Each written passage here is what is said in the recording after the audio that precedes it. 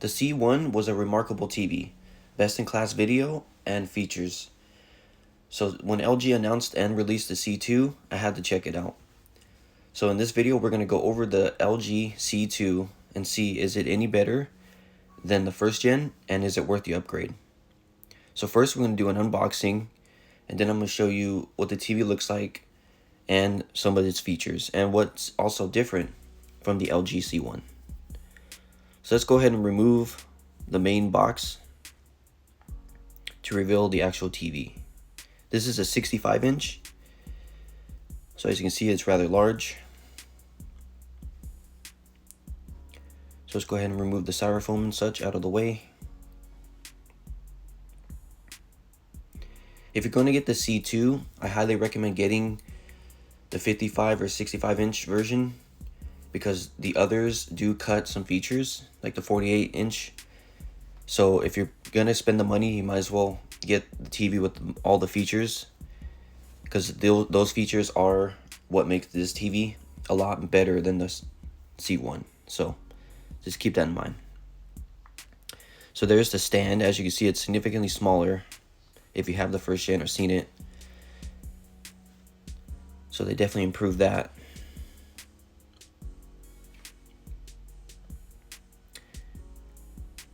So let's go ahead and position the TV face down. And we're going to go ahead and open the top of the box to reveal everything that it comes with.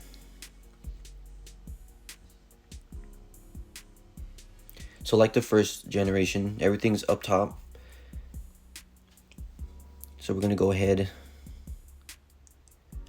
and open the top here and start unpacking.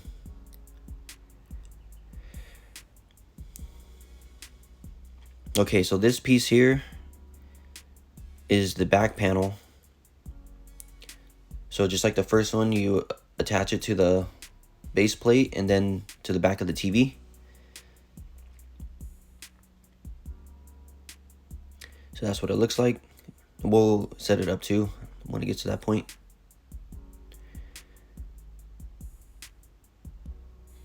So here's the papers and some other accessories.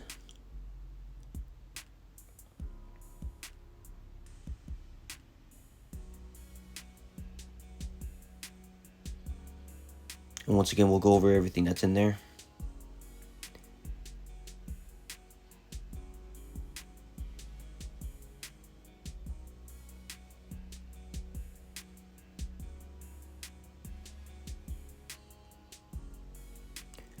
Okay, so here you have your typical warranty and manual.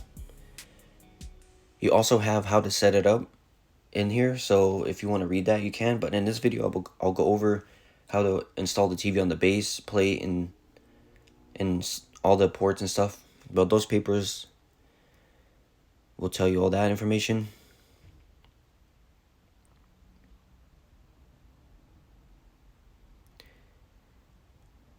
Here you also have cable routers, so that will help you manage cables there. Here are some screws you'll need for mounting to the base plate.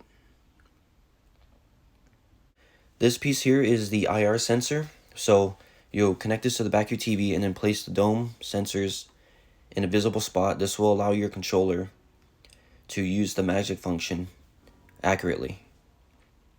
And then speaking of the controller, this is the controller. It's pretty similar to the last generation, so not much of a difference there.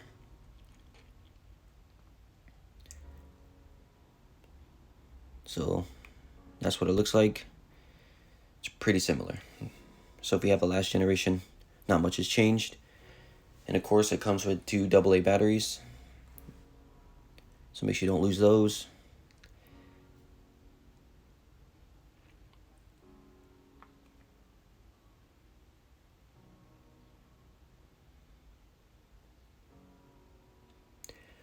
Alright, now we're going to show you how to put together this stand. So that's the mounting piece. You have 2 sets of screws. One set is for the mount itself, and then the other set's for the TV. the screws in the white package are for the mount, and then there's the screws in the clear ones for the TV. So you're going to go ahead and place the mount in like so. Make sure you slam it in place because it does click in place. And then you're going to screw the 2 of the 4 screws on the white package in the bottom. Now these require that you apply force because they are threading into the plastic. So this will take a little bit of force to screw in. So make sure you get them in nice and tight. I had to cut it because it does take a little bit of time, but I'll show you once I get both of them in.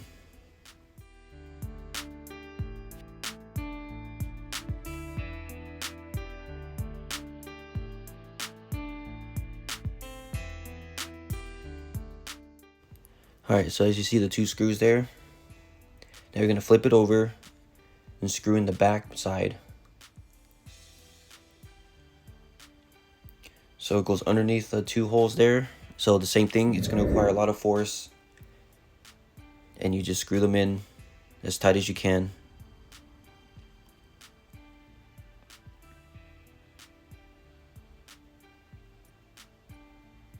Now you see there's the 2 screws here. Now you're going to mount this to the TV. Just like the first gen, you're going to rock it in pretty much. So move the wire out of the way.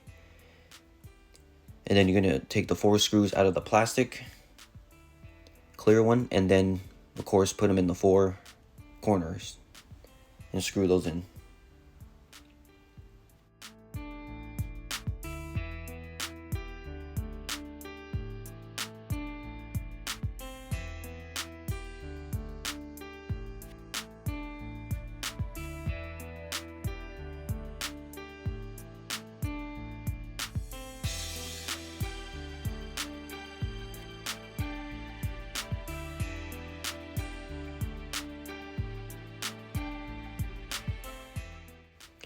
Okay, now that that's done, we're going to go ahead and install the back plate cover. This will keep it nice and clean.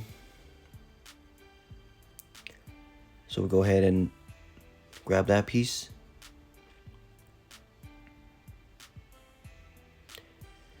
Okay, so the same thing, there's 2 pieces at the top. You're just going to rock it in, so place the top in first and then the bottom piece. Make sure the wire's out of the way. And then we're going to go ahead and unwrap the wire. This is built into the TV, so you cannot remove the electrical connection. So make sure you be careful with that. And then once we get this all handled, we're going to set it on the TV stand and show you the backside.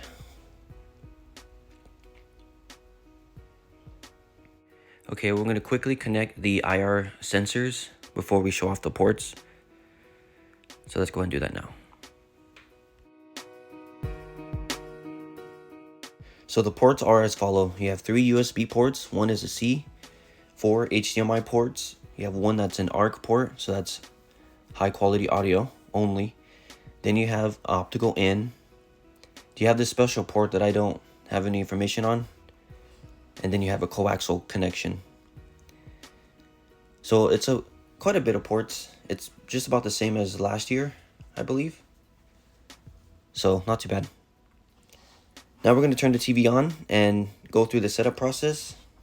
It's pretty straightforward. We're going to skip some parts because it does contain sensitive information like your network and such. So just go ahead and follow this setup. Pick the picture profile you like. So we'll be back once this completes.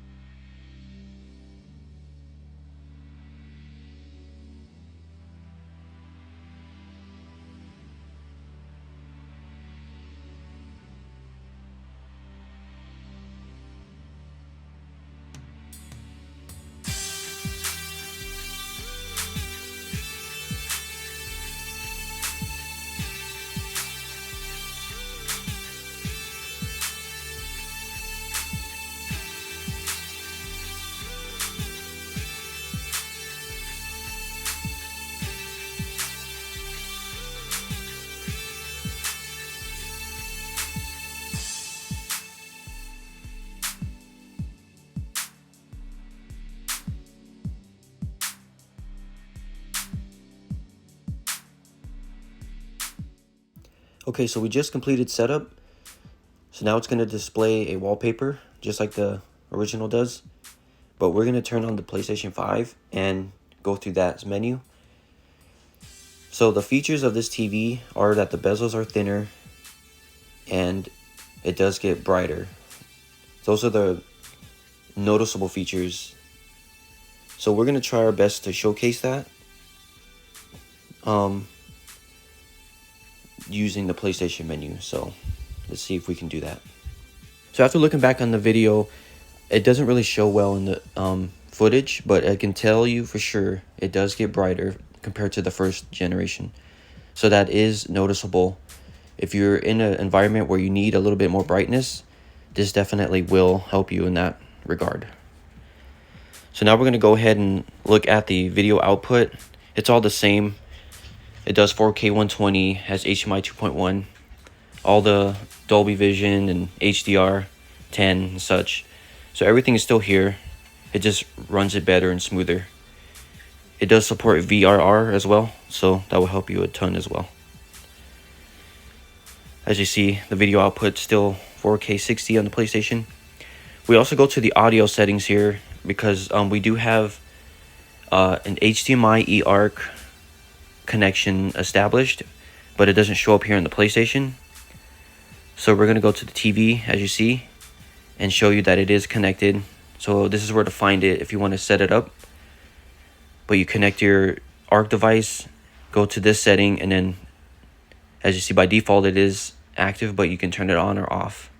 I recommend using this setting because it is higher quality compared to optical.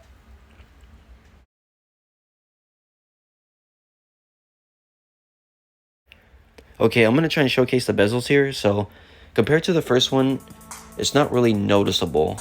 It is supposedly thinner, but I don't see much of a difference.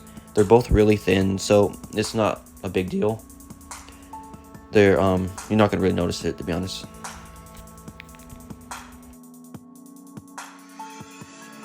So that's pretty much everything that I can show you in this video in terms of the quick look. I will say that this TV is definitely noticeable in terms of its features, so it does get brighter. It is smoother because it does have a better processor, so everything just feels snappier. It is definitely lighter and thinner than the first gen, so if you were concerned about that, that is definitely noticeable. But that's pretty much everything that I can show you. If you have any questions or want me to show some other features from this TV, let me know and I'll do my best to get them for you. But until then, please like, comment, and subscribe, and I'll catch you on the next one. Peace.